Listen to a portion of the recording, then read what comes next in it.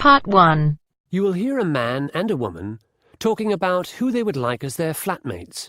You have 30 seconds to read questions 1 to 5.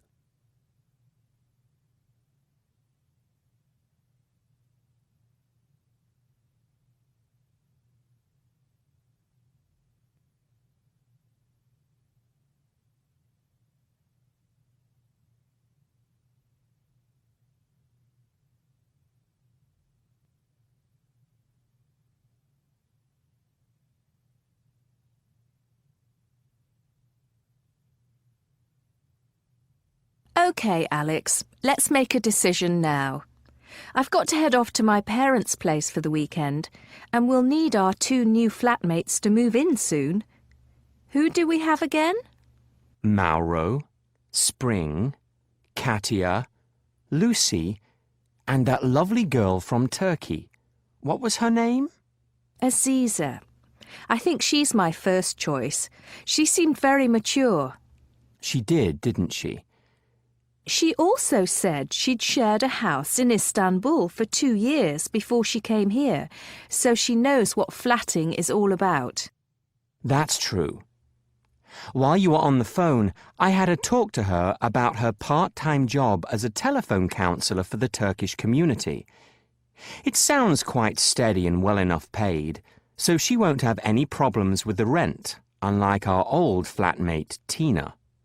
Who would you choose next? How about a guy? I don't know. Neither of them was that impressive. I mean, Mauro from Mexico was a party animal. Remember, he only found our place because he knew there was a certain nightclub nearby. And Spring seemed spoilt to me. He told me that his father in Hong Kong paid all his parking and speeding fines, and he ate out at restaurants almost every night. I doubt he's got any idea how to cook. That leaves us with Katia and Lucy then. And I found Katia rather shy.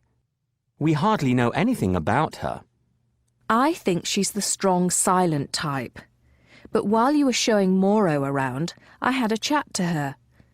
She's in her 3rd year of environmental engineering. Really? She's going to be an engineer? Yes. In fact, she won a prize at university last year for a model she made. That does sound interesting. But what about Mauro? We could do with someone social. I'm sure he'd be keen on our Sunday get-togethers. He promised me he knew how to barbecue. Plus, he's working as a security guard at night, so he'll be around during the day. It's not a bad idea having someone in the flat while we're all out. I don't know. If he works night shift, he might sleep during the day. This year, I'll need to practice the piano here in the mornings for my performance course. It's likely my music would disturb him. That's a fair point. Before you listen to the rest of the conversation, you have 30 seconds to read questions 6 to 10.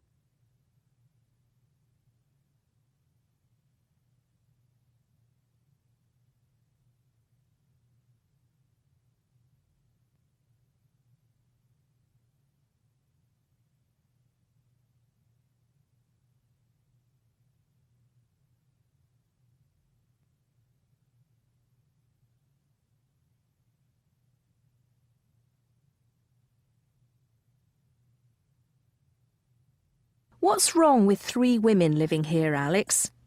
I think Katia would be fine. She won't be so shy once she gets to know us. You know, Julie, I can't give a rational explanation for why I didn't take to Katia. I just prefer someone else. Why don't we reconsider Lucy? I know you were annoyed because she came an hour late, but I rather liked her. She's doing a master's in public health, isn't she? Yes, I think she's quite a serious person, and since she's been a nurse, you'd hope she'd be clean. Yes, you would. Didn't Lucy mention she had a boyfriend? I don't think so. I don't want anyone with a boyfriend. Remember Tina? How could I ever forget her? She really did have us wrapped around her little finger. She certainly did. I'm so glad she's gone. Yes, Lucy seemed nice and normal, and she'd probably get on with Aziza. I think they're the same age. I've just had a thought. We need to choose 3 people. Someone we like may have found another place. I love our flat, but it's some distance from the city and not everyone likes an old building. So who should we have? How about Aziza and Lucy and Mauro as reserve? I agree with your top 2, but I think Katia should be backup. I'll call Aziza and Lucy. And if one of them has made another commitment, we'll think again. That is the end of part 1. You now have half a minute to check your answers.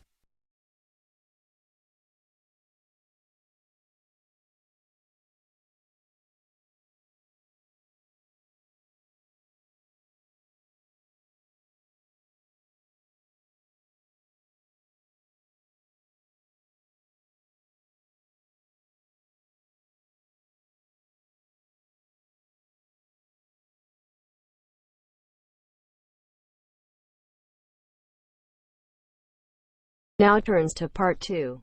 Part 2. You will hear a woman giving part of a workshop on garden design. Before you listen, you have 30 seconds to read questions 11 to 14.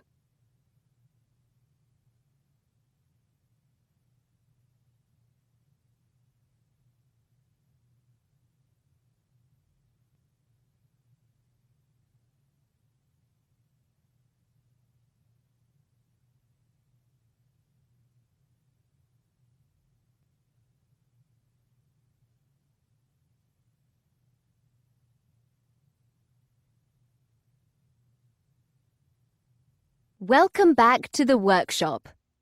In this part, we're going to look at making a veranda garden.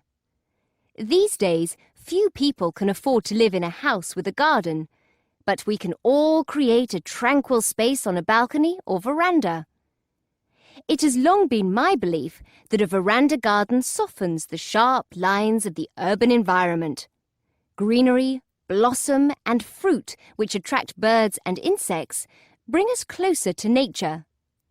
If well designed, its mood changes with each season, and it may reflect Japanese spiritual traditions that help us feel at peace. Of course, everyone's needs are different. Perhaps you'd like more privacy, or to conceal an unsightly building next door. Perhaps there's too much glare from the setting sun. In these instances, fast-growing plants in strategic places will be your main ambition. One client of mine, whose husband was blind, chose scented plants for their veranda garden. He sat out there every night, delighting in the fragrances. Another client of mine opted for an area of raked gravel, with one large ornamental rock reminiscent of a famous temple garden in Kyoto. From a more practical perspective, a low-maintenance veranda garden will increase the value of your property. You may be surprised to know that around the world there's a movement in big cities for roof, terrace and veranda gardens, so buyers won't be put off by your creativity at all. But on to our design. I'm assuming your veranda is about 1.8 meters deep and 4.5 meters wide. If it's larger than this, all the better. If it's smaller, you'll need to plan more carefully, foregoing some features. It doesn't matter which floor of the building you're on, but if you've got a view, you might consider how tall particular plants grow. The handout I've given you details a range of plant characteristics. For example, a loquat tree grows to 6 meters, but an azalea bush only reaches 3. Loquats bear fruit as well, which you might like to eat, or you might find a chore to pick up and dispose of. In my design, I've chosen a Japanese maple as the centerpiece, since I love the way its foliage changes color in autumn. In a large pot, a maple will grow to about 4 meters. The garden design I'm going to show you is quite high maintenance at the start. I'd say you'd have to spend 3 hours a week tending it.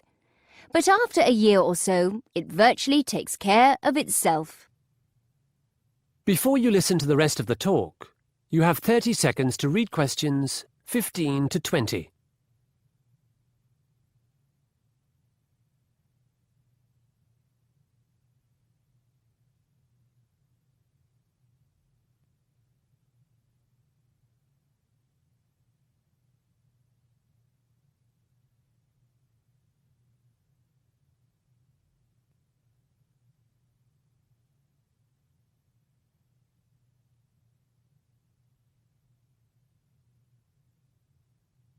So, let's get started.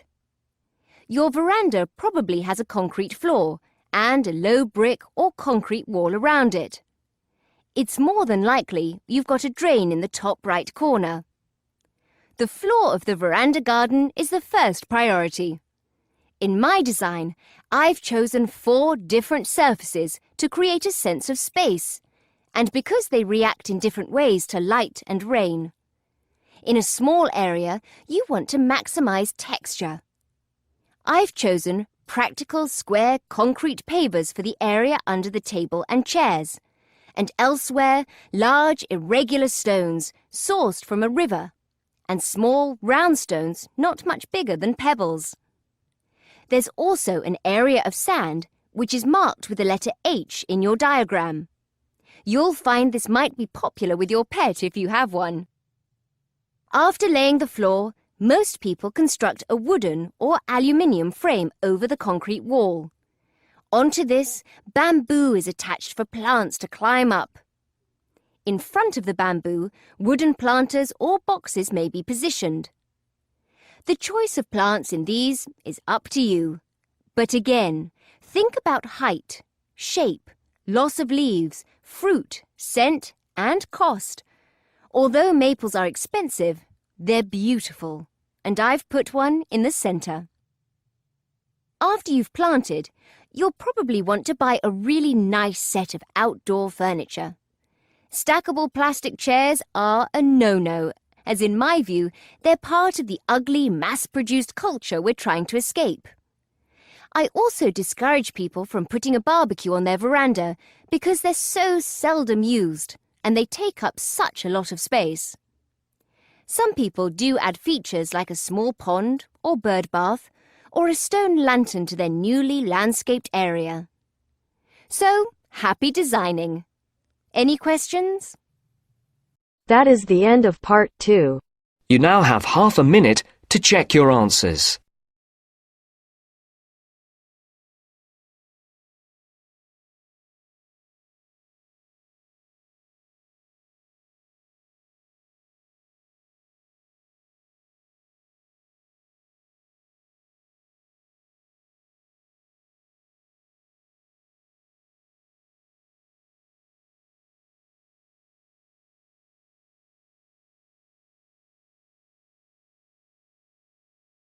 Now turns to part 3.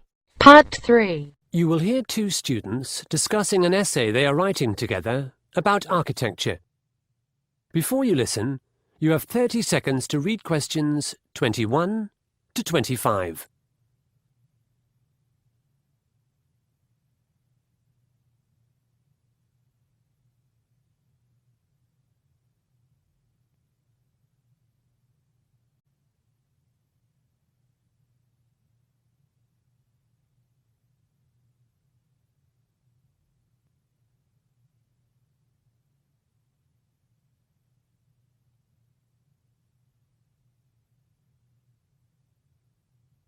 Hi, Helen. How are you?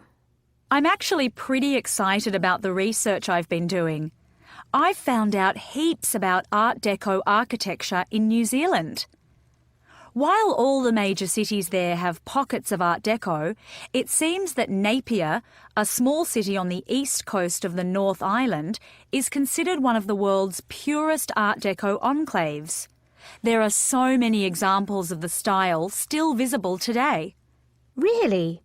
I've been concentrating on Bandung, which is in central Java in Indonesia. It is also a major Art Deco city. Unfortunately, it hasn't been preserved so well, and in the race to modernise, many marvellous buildings have gone under the wrecker's ball. How do you think we should structure our essay? Should we write about New Zealand first or Indonesia? Art Deco appeared in Bandung in the 1920s, but from what I've read, it didn't make it to Napier until much later. If we choose a chronological scheme, then Indonesia would go first, but I'm in favour of writing our essay using thematic similarities and differences. That's a good idea. Let's identify what the two cities have in common. From what I've discovered, in both places, Art Deco architects combined a new European aesthetic with native elements. Yes, they did. In New Zealand, Maori motifs were used as decoration. The Maoris are the indigenous people who lived in New Zealand before it became a British colony. There's a sort of spiral symbol called a koru, and there are zigzags, like patterns from Maori weaving, both of which were incorporated into Art Deco buildings. There's a bank in the middle of the city and an old headquarters for a tobacco company, both with gorgeous carved stucco facades that utilise these motifs. Indonesia was also a colony, a Dutch colony. I understand almost all of the architects in the Art Deco period were Dutch, and as you said, they were influenced by a new aesthetic in Europe, but they were also affected by native architectural styles. At ITB, the famous technical institute in Bandung, there are Art Deco roofs that imitate traditional Javanese mosque or temple roofs. That's interesting. I know that the city of Napier was rebuilt in 1931 after a massive earthquake, and since people wanted the town to feel like an optimistic new place, they chose Art Deco for many of their buildings. But I've no idea why Bandung has so much of the style. I was quite puzzled about the prevalence of Art Deco myself. After fossicking in the library in some old journals, I learnt that there was a plan that never eventuated to move the capital from Jakarta to Bandung, so lots of public buildings were commissioned around the same time, the early 1920s. That's curious. I thought the majority of the famous Art Deco buildings in Bandung were large hotels or private houses. I think the split is 50-50, private and public. Certainly the campus of ITB was enlarged then. College education for the rich expanded in the 1920s, and the local tourist industry was taking off as well.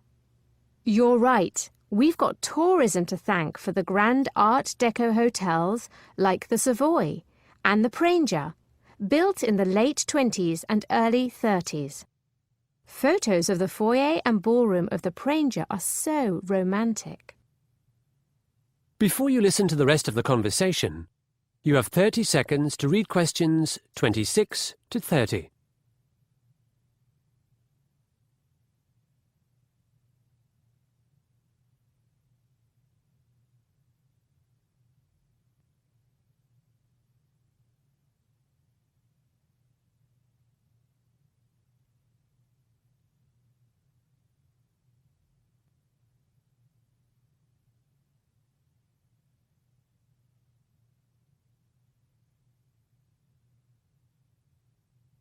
Okay, let's have a paragraph on the historical reasons for these two cities featuring Art Deco, then another on what Art Deco actually is.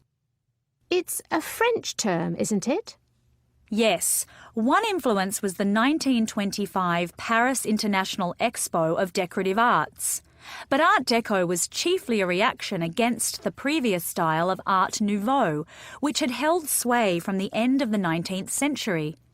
That was all about nature and fluid forms, whereas Art Deco celebrated the machine age and the geometric. There are lots of influences, aren't there?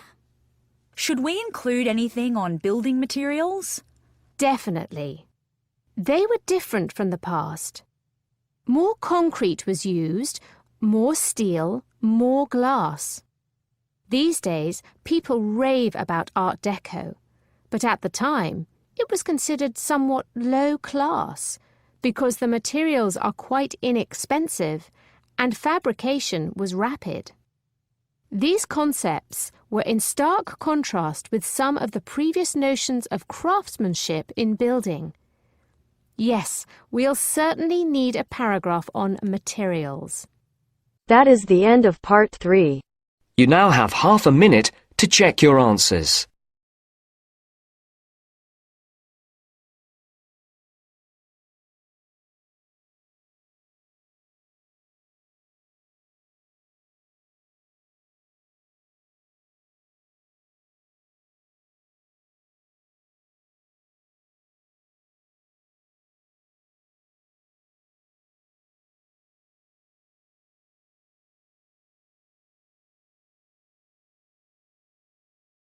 Now turns to part 4.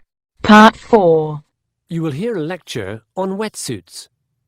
Before you listen, you have 45 seconds to read questions 31 to 40.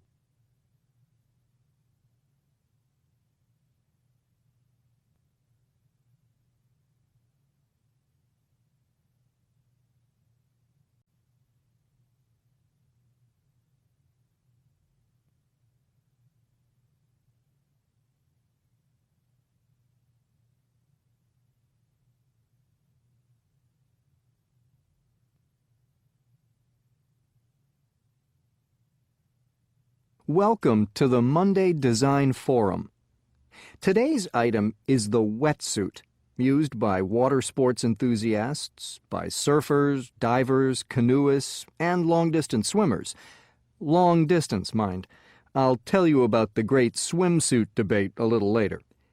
The reason I chose the wetsuit for a case study is that it exemplifies two design themes: the importance of materials and reliable production techniques.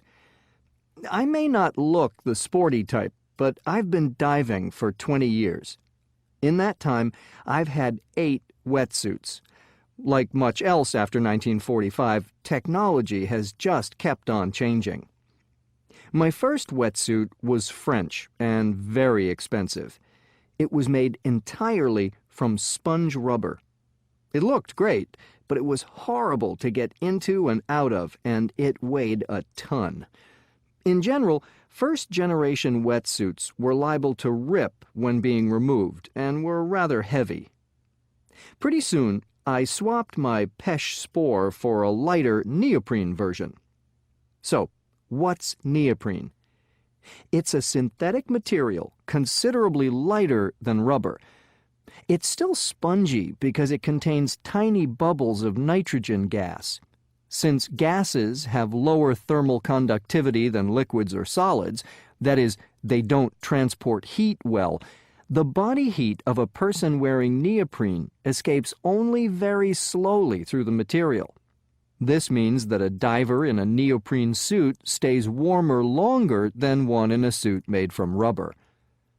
Wetsuits are a recent innovation and were invented in the U.S., but there's no real agreement by whom or when. Hugh Bradner tried to patent a design in 1951. However, he was unsuccessful. The Mistral brothers and the O'Neills from California were all making and selling neoprene suits to the burgeoning diving and surfing community by 1953. In my view, it's irrelevant who the inventor of the wetsuit was. What is significant is that post-war prosperity brought more free time and a boom in sporting goods. But back to my collection of wetsuits. Since neoprene is fragile with all those gas bubbles, it's hard to join pieces of it together. Any hole, however tiny, just grows and grows. This means sewing with needle and thread is all but impossible. Therefore, early wetsuits were made by gluing or taping their seams. My first neoprene suit was black with yellow tape. I thought this yellow tape was to make me more visible underwater, but in fact, it joined the body-hugging sections together without letting water in. While neoprene itself was warmer and lighter than rubber, the taped seams proved to be a weakness, and I tore 3 of my suits.